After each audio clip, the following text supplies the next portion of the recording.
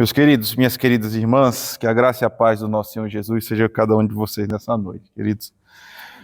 Irmãos, não há nada no mundo que seja mais importante do que o conhecimento de Deus. Conhecer ao Senhor é a razão de tudo, não só de tudo que a gente faz na igreja, mas da nossa vida inteira, irmãos. Essa é a nossa jornada, conhecer a Deus. E a gente canta isso, a gente fala sobre isso. Existem vários livros, conferências, tem filme, tudo nos chamando ao conhecimento de Deus. Contudo, nem sempre a gente tem noção desse trajeto, irmãos. Do que significa conhecer a Deus e o que está nesse caminho, o que nos espera. A pergunta é, você quer conhecer a Deus? E eu sei que sim, porque senão você não estaria aqui. Então, ótimo, que bom. Mas existe uma outra questão, que é, será que você está disposto a enfrentar os passos que são necessários para que você conheça esse Deus? Porque normalmente a gente fala disso como algo positivo, né? Conhecer a Deus é como se fosse uma jornada, um caminho assim muito excitante. Como se a gente fosse viver novas coisas com Deus e fosse sempre uma coisa muito prazerosa, muito cheia de alegria, muito cheia de luz, muito cheia de glória. Hoje a gente vai para um texto que fala especificamente sobre isso, mas que eu penso que lança luzes novas sobre esse processo, irmãos. Conhecer a Deus é o que há de mais importante, mas esse percurso pode ser extremamente doloroso, irmãos. Pode ser algo bastante difícil. O caminho pode ser estreito, a caminhada pode ser trôpega, cheia de acidentes, cheia de percalços. Conhecer a Deus é difícil, irmãos, bastante, mas não há outro caminho. E a Escritura inteira mostra isso do começo ao final. A gente vai ver esse processo hoje em Êxodo, capítulo 5, que é o nosso texto. A gente vai ver o capítulo 5 e o capítulo 6, mas a gente, obviamente, então começa no capítulo 5 do livro de Êxodo. Antes da gente ler, para que a gente leia já você lembrando, na última vez que a gente se encontrou, a gente terminou o texto com uma dificuldade enorme, irmãos. A gente largou essa narrativa com Moisés descendo de Midian em direção ao Egito. Esse homem desce com um cajado, com a sua mulher, um jumento, um animal, e 2 crianças, irmãos. E é um homem de 80 anos, alguém que estava esquecido numa terra distante. E ele vai com uma missão de ser um canal de libertação do povo de Deus. E aí, eu usei isso na vez passada, eu quero te lembrar. Quando Deus aparece para Moisés e fala assim, Moisés, eu escutei o clamor do meu povo, eu quero que você vá libertá-los, é como se Deus chegasse hoje para você e dissesse, olha, saia de Pirituba, porque eu quero que você vá libertar meu povo na Coreia do Norte, no Afeganistão, na Somália, que são países que perseguem cristãos. É como se Deus colocasse essa missão para você e para mim. Então, o tamanho da missão é totalmente desproporcional aos recursos materiais que Moisés tem. Ele é só um homem. É óbvio que é impossível. E é por isso que Moisés, ele entra numa luta com Deus para ele não ir. Você lembra? No fim, Deus se ira e ordena. E Moisés vai. Foi aqui que a gente deixou o texto. Moisés, então, vai com todo esse caldo perturbando o seu coração e sua alma. A gente tem aqui um homem que está com medo, irmãos. Um homem que está petrificado, mas que vai. É aqui, então, que a gente começa a ler de novo, Êxodo capítulo 5, versículo 1. Depois Moisés e Arão foram e disseram a Faraó, assim diz o Senhor, Deus de Israel, deixe o meu povo ir para que me celebre uma festa no deserto. Faraó respondeu, quem é o Senhor para que eu ouça a sua voz e deixe Israel ir? Não conheço o Senhor e não deixarei Israel ir. Eles prosseguiram, o Deus dos Hebreus veio ao nosso encontro. Portanto, deixe-nos ir, caminho de 3 dias ao deserto, para que ofereçamos sacrifícios ao Senhor, o nosso Deus, para evitar que ele venha sobre nós, com peste ou com espada. Então o rei do Egito disse, Moisés e Arão, por que vocês estão afastando o povo das suas tarefas? Voltem ao trabalho. E Faraó disse também, o povo da terra já é muito e vocês ainda querem que ele descanse das suas tarefas. Muito obrigado porque a gente está aqui, Senhor. Obrigado pelo teu amor por nós que se renova. Muito obrigado porque no final desse dia a gente pode, como irmãos, nos juntarmos, ler a tua palavra, tentar ouvir do Senhor, Pai. E é o que a gente quer fazer nesse momento. A gente precisa do Senhor, precisa ouvir tua voz, a gente precisa do teu Espírito Santo conosco. Então, por favor, nos encontra nessa noite, não nos deixe sozinhos E enche o nosso coração dessa mensagem de esperança, Senhor. Nos ajuda a realmente amar o Senhor de todo o nosso coração. Que a gente retorne esse amor ao Senhor através de obediência, nos dá uma vida de santidade, nos ajuda a seguir os teus caminhos, para que a gente de fato alegre o seu nome, Pai. Por favor, nos ajuda nessa noite, é o que a gente te pede, no nome de Jesus. Amém. Moisés, então, irmãos, finalmente chegam até Faraó. Agora vai começar o embate. A gente tem aqui duas vontades que são conflitantes. De um lado, a gente tem Israel, que está aspirando por liberdade. Liberdade nos seus mais amplos termos, irmãos. Israel quer liberdade material, ser dono daquilo que tem, quer liberdade de ir e vir. Eles querem ser livres, eles querem ter liberdade religiosa também. Basicamente, o povo quer viver de forma livre. Faraó, do outro lado, ele quer uma coisa só, irmãos, que é mão de obra barata. Se não existem direitos humanos básicos respeitados, como a gente tem hoje, né, nas nossas leis de trabalho, irmãos, um escravo é uma mina de ouro. Se você não tem que cuidar da saúde, se você pode dar qualquer tipo de alimentação, qualquer tipo de moradia, um escravo é uma mão de obra muito barata que te dá muito trabalho. No sentido positivo, tá? Entrega muito trabalho para você. Então, essas duas vontades agora vão entrar em choque. Israel quer ser livre, Faraó quer mantê-los escravos. Então, nesse primeiro embate, a gente tem as primeiras palavras, e Moisés e Arão dizem para Faraó: assim diz o Senhor, o Deus de Israel. E o problema aqui, irmãos, é evidente. Você percebeu? Porque Moisés e Arão estão diante do maior líder político da terra, irmãos. A gente às vezes não percebe isso. O Faraó é o ser humano mais poderoso, literalmente, do mundo inteiro. E aqui ele é dono de um povo. E aí, Moisés chega diante desse homem e diz: Yahvé, o Deus de Israel, está ordenando uma coisa para você. Então, a tensão é evidente, irmãos. O problema aqui é óbvio. Ele diz: deixe o meu povo ir para que me celebre uma festa no deserto. A ordem é de libertação. Liberte porque eles vão me cultuar. Qual é a questão evidente que se impõe, irmãos? A pergunta óbvia é: quem é esse tal Yahvé? Não aparece em português, mas quando ele diz assim diz o Senhor, essa palavra Senhor é Yahvé, o nome de Deus, Jeová. Ele chega e fala: Jeová mandou você libertar o povo. A pergunta de Faraó é: quem é esse Deus? Essa é a questão, irmãos.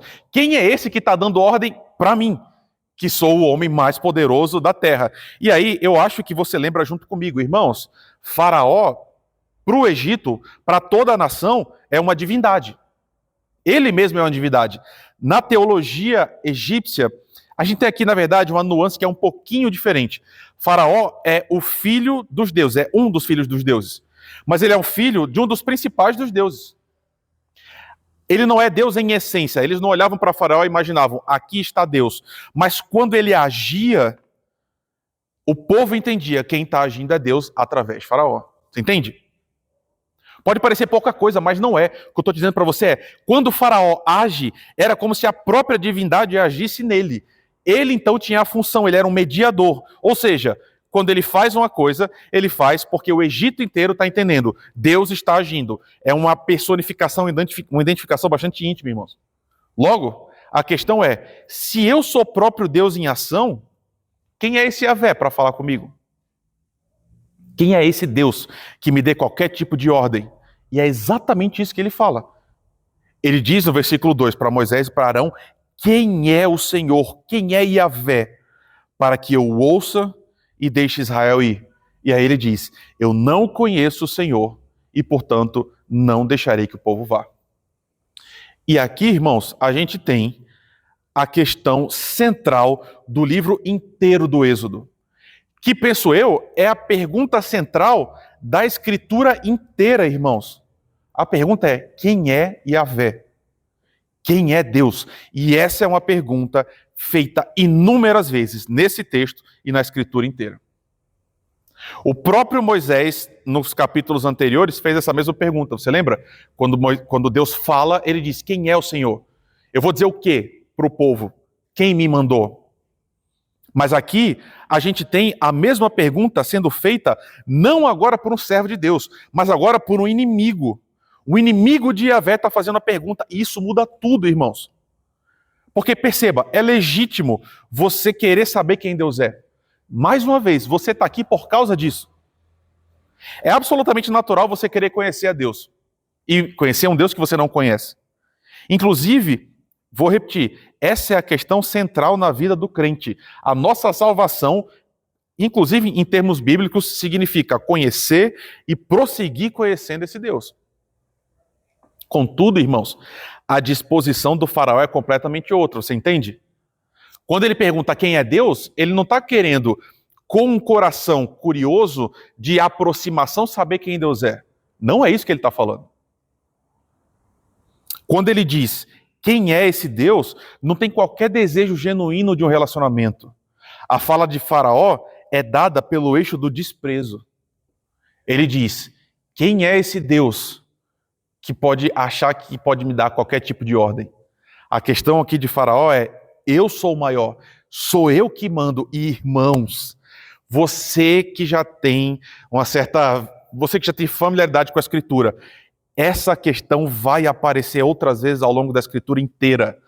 Toda vez que alguém olha para Deus e diz, quem é você? E acha, e se coloca numa posição acima da posição de Deus, você sabe o que vem em sequência. E essa é uma lição eloquente para mim e para você. Conhecer Deus é também conhecer a nós mesmos. Calvino diz muito isso. Então, Faraó aqui não está pensando, quem é esse Deus? Me fala mais para eu conhecer. Não, ele está dizendo o seguinte, eu desprezo esse Deus. E esse desprezo de Faraó para com Yahvé vai ser a ruína do Egito. Infelizmente, irmãos, é porque essa pergunta de Faraó, ela é terrível, porque infelizmente ele vai ter a resposta. Ele diz, quem é esse Deus? Ele vai saber quem é esse Deus, mas ele vai conhecer de uma forma completamente diferente da forma que Moisés conhece. Ele vai compreender quem Deus é, e vai ser terrível. Só que nesse momento, Moisés e Arão então insistem. Eles repetem o pedido e falam assim, liberta o povo porque a gente quer ir prestar um culto solene a Deus. Foi o que Deus nos ordenou. E aqui aparece uma questão, irmãos, que é fundamental. E que existe desde que o mundo é mundo. Irmãos, os poderosos se incomodam com essa pergunta. Você entende, né? Aqui a gente tem o homem mais poderoso do mundo. Qual é a conclusão de Faraó? Quando o povo pede, liberta a gente para a gente poder cultuar, qual é a conclusão dele? É curioso, né? O Faraó lê esse primeiro movimento como preguiça, irmãos. Na cabeça dele esse povo está com tempo demais de sobra. Por isso eles ficam imaginando um monte de besteira e agora eu estou fazendo essa pergunta ridícula para mim. Eles ficam inventando moda porque eles estão desocupados. É isso que ele fala para Moisés, para Arão, no versículo 4. Ele diz, vocês estão afastando o povo das suas tarefas. Vocês estão colocando sonhos na cabeça do povo. Voltem para o trabalho. Faraó está indignado porque ele não vê Israel como seres humanos. Escravos, irmãos, são só ferramentas de trabalho. E ferramentas de trabalho não têm sonhos, eles não têm vontade, eles não têm desejos. Ferramentas de trabalho não têm Deus. Escravos só trabalham. Então, na perspectiva de Faraó, perceba, novamente, né, com a nossa linguagem de hoje, o que ele está falando é, esse povinho só fica resmungando. Eles querem coisa demais. Como é que eles ousam me pedir isso? E aí ele diz, o povo da terra já é muito, e vocês ainda querem que eles descansem das suas tarefas. Essa é a resposta de Faraó para Moisés e para Arão nesse primeiro contato, nesse primeiro pedido. Agora, olha o que acontece a partir disso. Essa parte é fundamental, irmãos.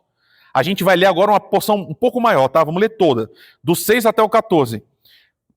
Mais uma vez, Moisés e Arão pedem, Faraó fala, vocês estão trabalhando pouco, por isso vocês estão com essas ideias. Olha o que vai acontecer, versículo 6. Naquele mesmo dia, Faraó deu uma ordem aos feitores do povo e aos seus capatazes, dizendo, daqui em diante, não forneçam mais palha ao povo para fazer tijolos como antes. Que eles mesmos ajuntem para si a palha, mas exijam deles a mesma quantidade de tijolos que antes faziam. Não diminuam a cota.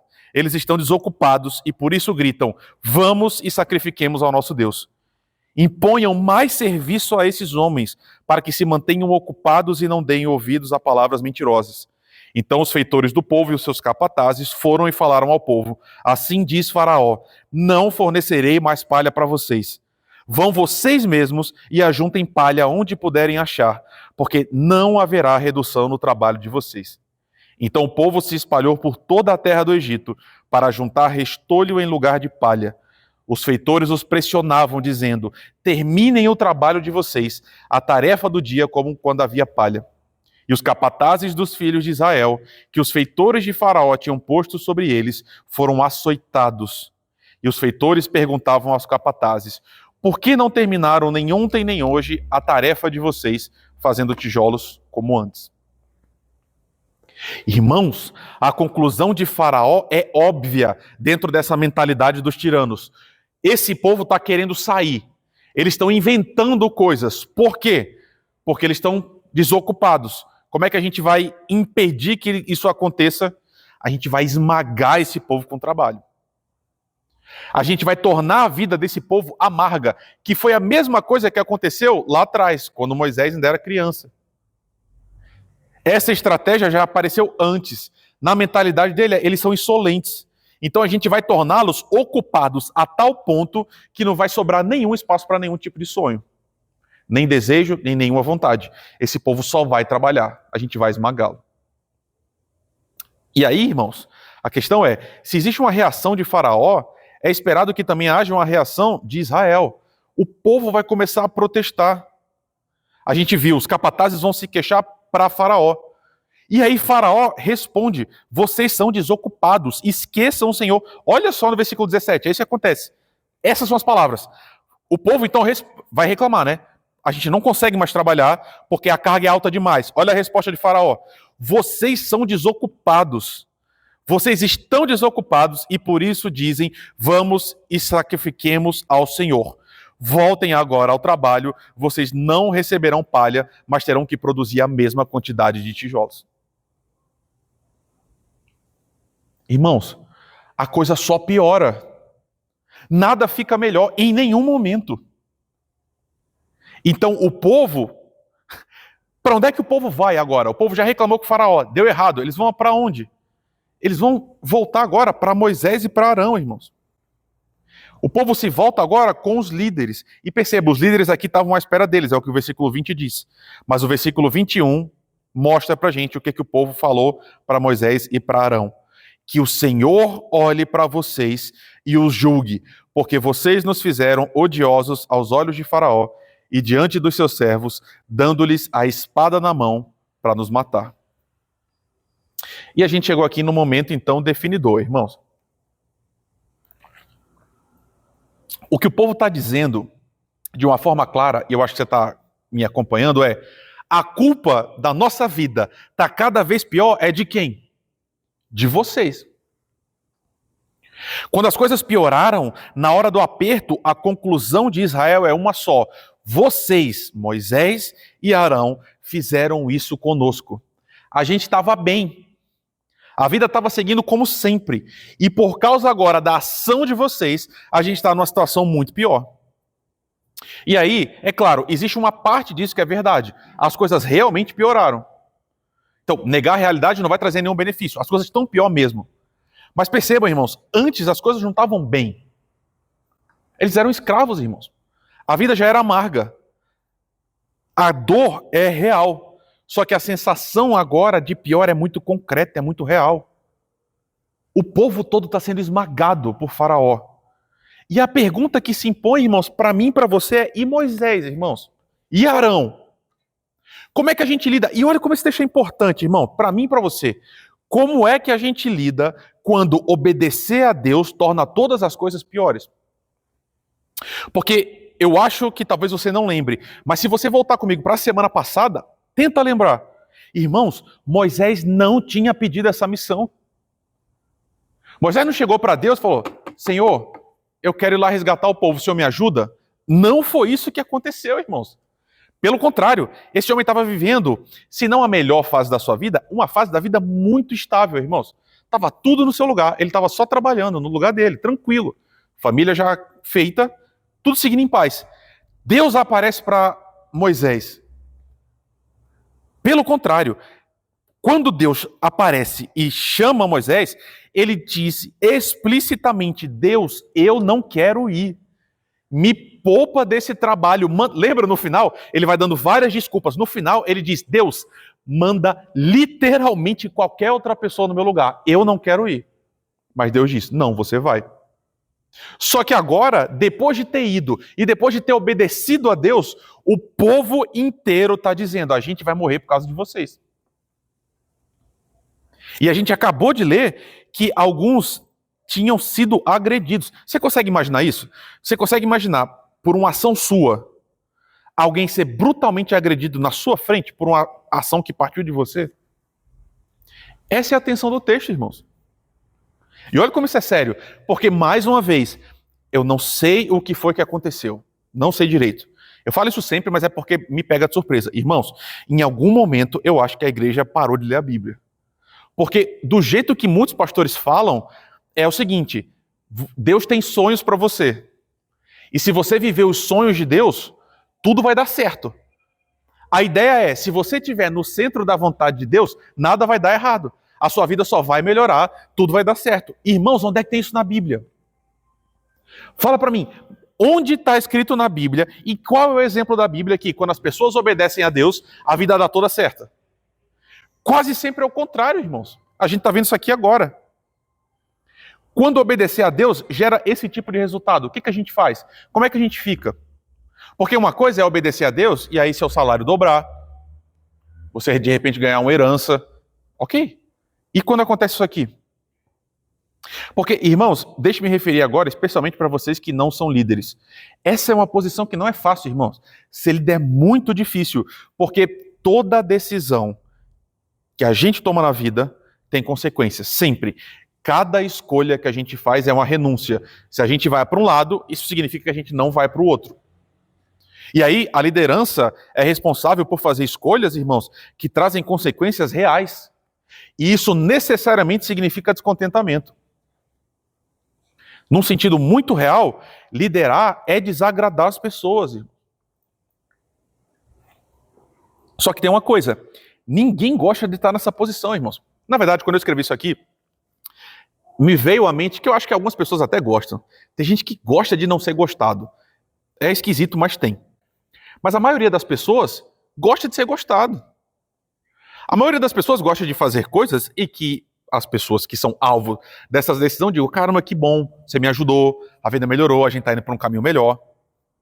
É bom ser querido, é bom ser amado. É claro que é bom receber abraço. As pessoas dão a tapinha nas costas e falam assim, vamos em frente, está indo bem. Outra coisa é quando você toma uma decisão e a resposta é, vocês são os culpados pela nossa miséria. A nossa vida está assim por causa de vocês. Essa é a questão, irmãos. E aí, eu amo a Escritura. Irmãos, de novo, eu não sei como é que você lida com o culto da quinta-feira e esses textos que a gente vai em sequência. Eu amo, porque a Escritura, muito diferente desses pastores que estão provavelmente querendo vender alguma coisa para você e fica dizendo que tudo vai dar certo, a Escritura mostra a vida como ela é, irmãos. Pense nisso, aqui é um parêntese, tá? Se a Bíblia fosse um livro inventado por seres humanos, provavelmente ela não seria desse jeito. Porque se você fosse inventar uma história de um herói, você não ia colocar heróis como a Bíblia tem, 1000 aspas, heróis. Moisés não é um herói. Moisés é um ser humano exatamente igual a mim e a você. Porque olha só como a Bíblia é real. Olha como ela é brutalmente honesta. Porque há pastores que tentam pintar a si próprios e outros como grandes heróis. Gente muito cheia de fé, gente inabalável. Sabe? É o seguinte, eu estou com Jesus e quando eu estou com Jesus nada dá errado. Eu nunca titubeio, eu nunca dou um passo em falso. Irmãos, a Escritura não traz gente assim. A Escritura traz sempre gente comum, gente como eu e você. Repito, Moisés era um homem comum e um homem de carne e osso que também sofre, que também fica cansado, que tem medo e que perde a fé, irmãos. Por que eu estou falando isso tudo? A oposição chegou. E a oposição chegou furiosa, irmãos. E o que acontece é que Moisés sucumbe também. A fé desse homem não era inabalável. Esse homem tem medo. Olha aí, lembra, né? O povo foi contra Moisés. Olha qual é a resposta dele, que é o final do versículo, capítulo 5, versículos 22 e 23. Então Moisés, voltando-se ao Senhor, disse, ó Senhor, por que afligiste este povo? Por que me enviaste? Pois desde que eu me apresentei a Faraó para falar-lhe em teu nome, ele tem maltratado esse povo. Olha a última frase, irmãos. E tu nada fizeste para libertar esse teu povo. Que coisa, não, irmãos? Na sua mão está a Bíblia, a palavra de Deus. O que Moisés está falando? A primeira pergunta é por quê? E, irmãos, essa é a pergunta, né? O que Moisés está dizendo é absolutamente compreensível. Ele está dizendo, Deus, eu não estou entendendo. Não faz sentido. Você me deu uma missão para libertar o povo. E até agora o que aconteceu foi, o povo ficou mais preso. O povo está mais aflito. E aí Deus disse, lembra lá atrás? Moisés, eu ouvi o clamor do meu povo, eu decidi intervir. Só que a intervenção de Deus não gerou vida, está gerando morte. E Moisés agora está indignado, está com medo. Ele pergunta a Deus, Deus, por que você me mandou? Por que eu estou aqui? Se é para acontecer isso, se o resultado era para ser esse, por quê? Por que eu estou aqui? E ele segue, né? Ele vai dizendo para Deus, desde que eu comecei, o que está acontecendo é que Faraó está maltratando o povo. E a gente chega aqui, irmãos, no ápice do descontentamento. Moisés diz para Deus, tu não fizeste nada para livrar esse teu povo. Você percebe, irmãos? Você percebe, como eu estou te mostrando aqui, que a Bíblia não é feita de heróis? Porque você consegue perceber a frustração de Moisés? Se eu dizer, por que eu estou falando de herói? Eu acho que você está entendendo o que eu quero dizer. Se a gente fosse inventar, quando tinha essa oposição, Moisés ia aparecer muito calmo e falar assim, povo, fique em paz, Deus vai cuidar da gente, vocês precisam ter fé. Não é isso. Ele vai para Deus e fala, até agora você não fez nada. Que coisa, né? Você percebe o desespero desse homem? E aí, num sentido muito real, você percebe a petulância dele? Porque eu não sei se você fica ofendido, mas me ofende um pouco. Porque, irmãos, a gente não fala assim com Deus, né? A gente, inclusive, tem medo de falar assim com Deus. E ouvir gente falando assim com Deus. Porque parece desrespeito. Parece quase uma blasfêmia, né? Mas, irmãos, aqui é outra lição que a gente precisa urgentemente aprender como povo de Deus. Moisés não está blasfemando. Esse homem está abrindo o coração dele para Deus. E meu irmão, minha irmã, eu não sei até que ponto você entende, mas você não consegue enganar Deus. Não é muito assustador a gente falar com alguém que antes que a palavra chegue na nossa boca, ele já sabe o que a gente vai falar? Então não adianta, quando você está com raiva de Deus, quando você está não entendendo, você chegar para Deus e fingir. E dizer, onipotente, onisciente, eu confio quando seu coração não confia. Não adianta. E aí o que eu gosto da Bíblia é que ela mostra gente que vai em direção a Deus e é sincera. E a gente precisa aprender a sinceridade, mas a gente precisa aprender a chegar para Deus e falar, Deus, eu não estou entendendo, eu estou confuso. Eu estava, antes de vir para cá, falando com o Fabrício. Irmãos, o que o Fabrício está passando é muito difícil. Porque estava tudo bem. Estava tudo tranquilo. Um dia, ele vai para o hospital e, de repente, ele está com uma doença agressiva. E ele não sabe o que vai acontecer. Isso deixa a gente perturbado, irmãos. Quase todo mundo. Então, dizer para Deus nesses momentos, Deus, eu não estou entendendo, o que é isso, para onde é que eu vou? Esse tipo de sinceridade é um tipo de sinceridade que a gente vê nas principais personagens da Bíblia, que fala com Deus como as coisas são, abrindo o coração. Porque, note, pela ótica de Moisés, é isso mesmo, irmãos, é isso que eu estou tentando te falar. Pela ótica de Moisés, o que aparenta é que Deus abandonou mesmo. Deus falou, vai, e quando ele foi, Deus não foi junto. Ele ficou sozinho. Deus ordenou a Moisés, mas não foi com ele. Perceba, eu estou dizendo que isso é o que parece. Deus mandou Moisés obedecer, e a obediência só gerou dor. Então Moisés está sendo sincero, e está dizendo para Deus o que ele está sentindo. E meus irmãos, eu não sei você, eu já fiz essa oração muitas vezes. Jó fez essa oração também, Elias fez essa oração também. O salmista fez várias vezes. Você lembra? Tem salmo que diz assim, Deus, onde é que o Senhor está? Abacuque diz, Deus, você não está vendo? Essa é uma oração preciosíssima, irmãos. E a gente tem que aprender a fazê-la. O que Moisés está dizendo é, Deus, o Senhor me abandonou. O Senhor me ordenou, mas o Senhor me abandonou. E Moisés é sincero na sua pergunta. E o que é lindo na Bíblia é que Deus é igualmente sincero na resposta. Moisés abre o coração para Deus, mas Deus também vai falar com Moisés agora. E aí lembra, né? Toda a nossa discussão hoje é conhecer Deus. Moisés está conhecendo esse Deus. E o que a gente aprende é incrível. A gente entra agora no capítulo 6, versículo 1. Então o Senhor disse a Moisés: agora você verá o que eu vou fazer a Faraó, pois por mão poderosa os deixará ir, e por mão poderosa os expulsará dessa terra.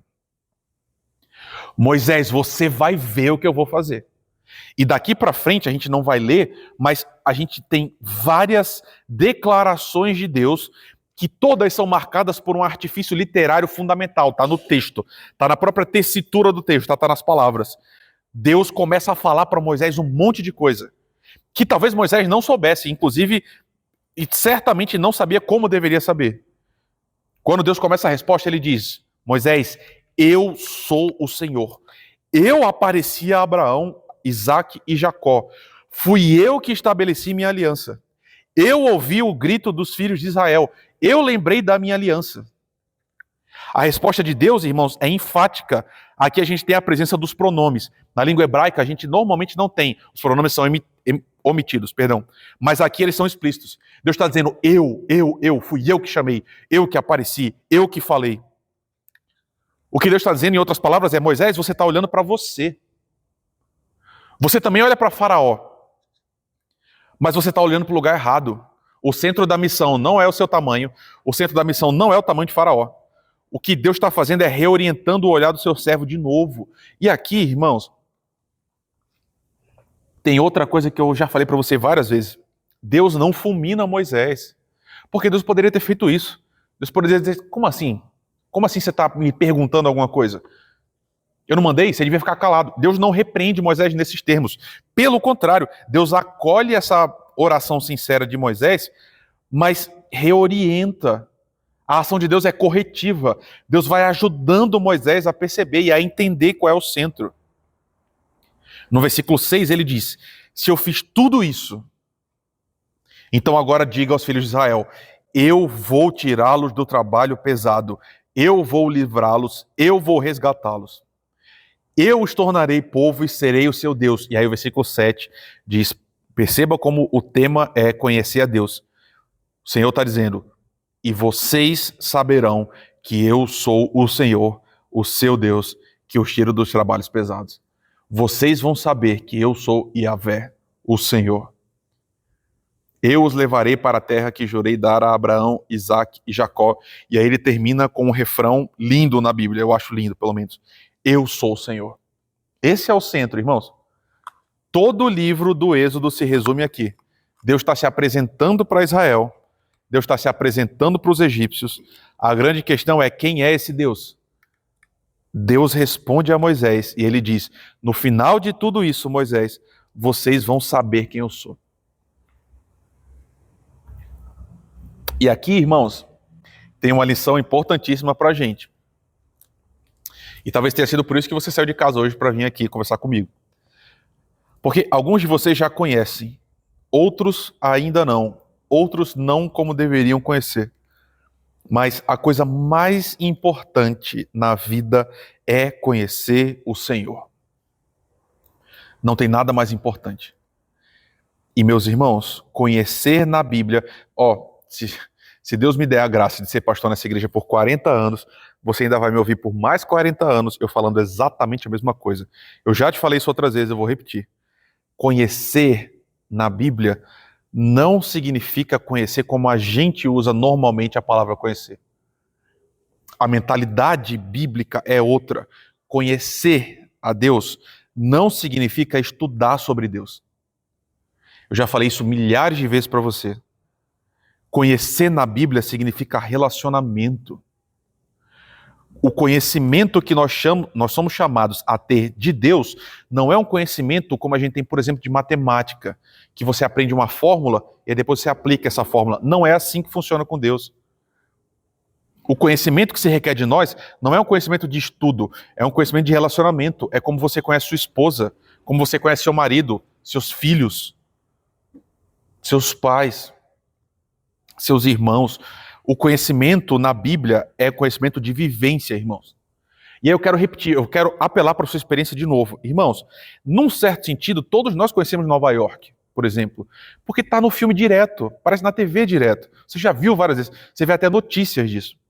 Você já leu livro, você já viu filme, você já viu imagem, você já viu depoimento de gente que foi lá. Então, num certo sentido, você conhece Brasília, por exemplo. Mesmo que você nunca tenha ido lá. Entende? Você sabe os prédios, você sabe mais ou menos como funciona, você sabe o traçado, sabe que é Asa Norte, aquelas coisas todas. Eu estou falando de outra coisa. Você conhece São Paulo, você conhece Pirituba. E é desse conhecimento que eu estou falando, porque talvez você nasceu aqui. E você anda por aqui. Você viu as mudanças desse bairro. Você lembra como as coisas eram. E você sabe como elas são agora. Você conhece as curvas. Aqui é uma experiência que eu tenho, não aqui em São Paulo ainda, mas se você é como eu e você anda de ônibus, você sabe. Tem gente que entra no ônibus, irmãos, tem um poder brilhante de dormir e acordar perto da parada, porque você sabe mais ou menos pelo balanço do ônibus onde é que você está. É esse tipo de conhecimento que eu estou falando. Tá na sua pele. Você conhece o som daqui. Você conhece os desníveis daqui. Você conhece as curvas. Você conhece, porque você é daqui. Esse é o conhecimento que a gente é chamado a ter de Deus, irmãos. Não há nada mais importante, não há nada maior. A Bíblia diz pra gente que o caminho da salvação é conhecer e prosseguir conhecendo esse Deus. Só que nesse nível que eu tô falando. Viver Deus. Eu não sei se eu consigo me fazer entender. Meu irmão, minha irmã, você precisa viver Deus. Você precisa experimentar Deus. Você precisa andar com Deus. Lembra que Jesus diz assim, as minhas ovelhas reconhecem a minha voz? Esse tipo de imagem que Jesus usa é muito eloquente, irmãos. Eu não sei se você já viu um vídeo, é impressionante. Lá em Israel, tem um vídeo que é fascinante nesse sentido. O pastor, ele fala para uma quantidade de turistas lá as palavras certas. E as pessoas ficam falando as palavras e as ovelhas ficam paradas. Quando o pastor fala exatamente a mesma palavra, na mesma entonação, todas as ovelhas vêm. Porque elas conhecem a voz do pastor. Então, não é o comando, não são as palavras, é aquela voz, aquele jeito. Isso é conhecer a Deus. É assim que a gente tem que conhecer Jesus. Saber a voz dele. E aí, a questão é, não existem atalhos aqui, irmãos. Não dá para você fazer um curso intensivo de Deus. Eu amo, é uma expressão muito batida, mas eu amo. Sabe aquele lance de comer 1 quilo de sal? Qual é a ideia? Para que você conheça alguém, você tem que comer 1 quilo de sal com ela. Sal a gente vai botando, pelo menos... Irmãos, eu vou morrer cedo porque eu boto 3 vezes mais sal do que eu devia, tá? Eu tô tentando diminuir, mas não consigo ainda. Mas a questão é, você bota muito pouco sal. E para que você coma 1 quilo, você sentou para comer muitas e muitas vezes. Para você conhecer Deus, você precisa de tempo. E aí... mais do que tempo, irmãos, você precisa de algum tipo de experiência com Deus que às vezes requer esse tipo de coisa que a gente viu hoje. O que eu quero dizer? Irmãos, o povo estava escravizado. Deus poderia ter invadido o Egito e ter matado todos os egípcios de uma vez só. Não podia? Deus não podia estalar um dedo e todos os egípcios simplesmente evaporarem do planeta Terra e desaparecerem? É claro que sim, é óbvio que sim, mas esse caminho que o povo está passando agora é um caminho necessário no plano de Deus para que o povo conhecesse Deus, irmãos. A didática de Deus envolve esse nível de confiança em que primeiro as coisas pioram para depois haver libertação. Cara, isso é uma lição tão importante. E eu quero ser muito claro, eu não estou dizendo que é sempre assim. E eu também não estou dizendo que Deus tem prazer no sofrimento. E ele é sádico que fica vendo o povo sofrer para depois aparecer. Não é isso. Mas esse é um caminho que Deus muitas vezes usa para que a gente aprenda a confiar em Deus. E a Bíblia fala inúmeras vezes nisso. Especialmente o Novo Testamento é muito eloquente nesse sentido. Apocalipse basicamente é só sobre isso. Tiago fala, você lembra? As provações geram em nós perseverança. A nossa fé, irmãos, só é provada quando a gente está em situações limítrofes, como essa aqui. O C.S. Lewis tem uma imagem que eu acho perfeita. Uma coisa é você dizer que você confia numa corda. Por exemplo, uma corda, e você dizer, essa corda sustenta o meu peso. Outra coisa é você dizer que confia nessa corda quando tem um penhasco embaixo de você e você tem que se segurar nela. É outro nível de confiança. O que eu quero dizer? Uma coisa é dizer eu confio em Deus, eu amo o Senhor, quando está tudo bem. Quando está tudo no limite, aí sim a gente está testando se a gente realmente confia e ama o Senhor. É assim em várias áreas da nossa vida. Você lembra de Provérbios? O texto diz, em todo tempo amo um amigo. Qual é a continuação? E na angústia surge um irmão. Olha essa sabedoria. Mas olha como a Bíblia é incrível. O que ele está dizendo? O amigo ama o tempo todo. Mas na angústia, as coisas vão para outro nível. Na angústia, aquele que era seu amigo vira seu irmão. Porque ele ficou com você na angústia. E vocês passaram por coisas que levaram a relação de vocês para outro nível. Então, irmãos, é necessário que isso aconteça dessa forma algumas vezes. Ou seja, faz parte do plano de Deus que as coisas piorem às vezes, irmãos. Note, né? Da perspectiva de Moisés, era um abandono. Da perspectiva dele, Deus me abandonou. Deus mandou eu ir e não veio comigo. Da perspectiva de Deus, e aqui quando eu falo da perspectiva de Deus, é da realidade, as coisas como eram de verdade. Tudo estava no seu exato lugar. E eu não sei se você consegue perceber a imensa dificuldade nisso, irmãos. Porque o que eu estou te falando é, tudo estava de acordo com a vontade de Deus. Mesmo a piora, mesmo o faraó negando, mesmo as dores, mesmo a derrota, a oposição, tudo isso fazia parte da vontade de Deus. E Moisés precisava disso para conhecer Deus nesse nível. Era necessário para que o povo conhecesse e era necessário para que Faraó conhecesse. O que a gente está vendo nesse texto aqui é que Deus está se mostrando. E aí você consegue entender como isso é verdadeiro, mas ao mesmo tempo absolutamente desafiador? Porque no domingo a gente está estudando sobre Jó. Irmãos, Jó conhecia Deus. No capítulo 1. O texto diz que ele era temente a Deus e o seu coração era reto. O texto diz explicitamente a ele, explicitamente isso. Jó amava o Senhor. Mas 40 capítulos depois, um texto desesperador, porque ninguém aqui perdeu 10 filhos. Ninguém aqui perdeu todo o dinheiro. Ninguém aqui teve um nível de doença que inviabiliza a vida. Eu estava escutando um pastor falar sobre isso, eu achei perfeito. Irmãos, a doença de Jó, ele teve, não é bolhas, mas ele teve algumas erupções na pele que pegou da sua cabeça até o seu pé. E aí um pastor falou, e é muito verdade, às vezes, irmãos, uma só dessas bolhas tira a nossa paz, não tira? Às vezes você tem uma coisa dessa só e não consegue dormir, e você tem febre, e você não come. Jó era o corpo inteiro. Depois de ter passado por tudo isso, no final, o que é que ele diz? Antes, eu só te conhecia de ouvir falar, mas agora os meus olhos te veem. Agora eu conheço o Senhor de outro jeito. Existe um conhecimento de Deus antes e um conhecimento de Deus depois dessa experiência. O texto está dizendo que Jó cresceu, irmãos. Isso quer dizer que hoje o seu sofrimento, eu não estou falando de Moisés, irmãos, o importante não é o povo do Egito, o importante é você aqui hoje. Eu não sei como está a sua vida, eu não sei o que você está passando.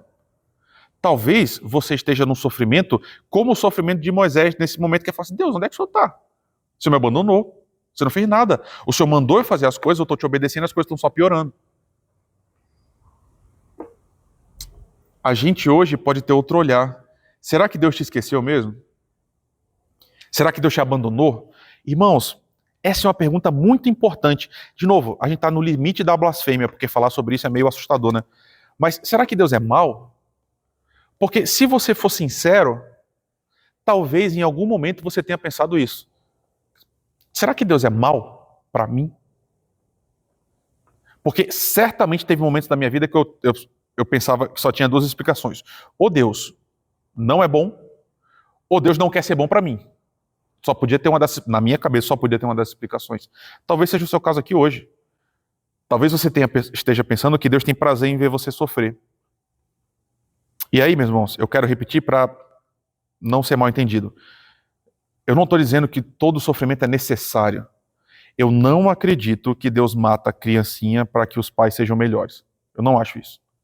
Eu não acho que Deus fala, você precisa de paciência, portanto eu vou matar seu filho para você ter paciência. Eu não acho mesmo isso. Eu acho que nossos sofrimentos são reais e são sempre fruto do pecado. De um estado de coisas que não deveriam ser assim e que Deus não quer que seja assim. Só que